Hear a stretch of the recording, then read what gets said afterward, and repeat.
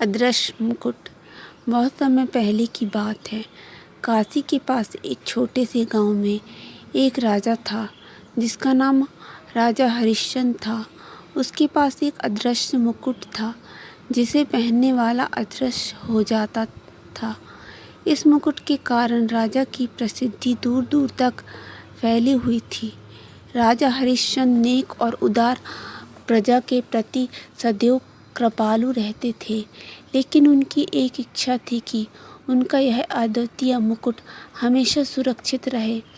इसलिए उन्होंने एक विशेष पेड़ के नीचे इसे छिपा दिया था और केवल राजा ही जानते थे कि मुकुट कहाँ है। उसी गांव में एक गरीब चरवाहा था जिसका नाम दीनदयाल था।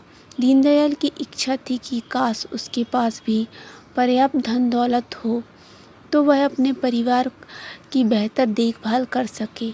एक दिन जंगल में भेड़ों को चराते समय दीनदयाल की नज़र उस विशेष पेड़ पर पड़ी और वह थकान मिटाने के लिए वहां आराम करने लगा। न जाने कैसे उसका हाथ पेड़ के एक छेद में चला गया और उसे वहां कुछ महसूस हुआ। उसने जब वह चीज़ बाहर निकाली तो देखा कि वह एक अति सुंदर मुकुट था। दीनदयाल को नहीं पता था कि वह मुकुट कितना खास है, लेकिन जैसे ही उसने मुकुट को अपने सिर पर रखा, वह अचानक अदृश्य हो गया।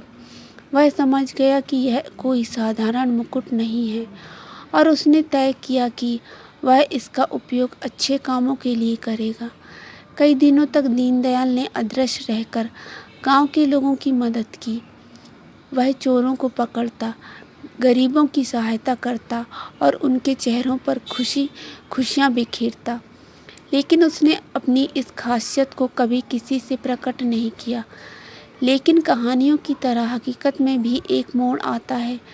राजा हरिश्चंद्र को जब यह पता चला कि उनका मुकुट गायब है तो उन्होंने पूरे गांव में खबर फैला दी।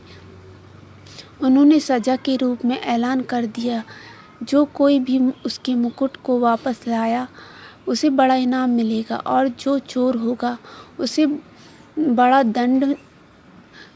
दीनदयाल को समझ में आ गया यह मुकुट राजा का है।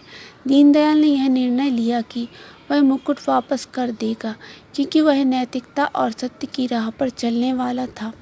वह अदृश्य होकर राजा के महल में गया और मुकुट को वापस उसी स्थान पर रख दिया जहाँ से गायब हुआ था। जब राजा को मुकुट वापस मिला तो उन्होंने उस ईमानदार इंसान को इनाम देने का निश्चय किया। उन्होंने गांव में घोषणा की और दीनदयाल राजा के पास गया। दीनदयाल ने सच्चाई बताई। राजा उसकी ईमानदारी और नेकी से बहुत प्रसन्न हुए। उन्होंने दीनदयाल को गांव में उस सबकी मदद के लिए बहुत सारा सोना धन दिया। इस कहानी से हमें सीख मिलती है कि सत्य और नैतिकता का मार्ग हमेशा हितकारी होता है।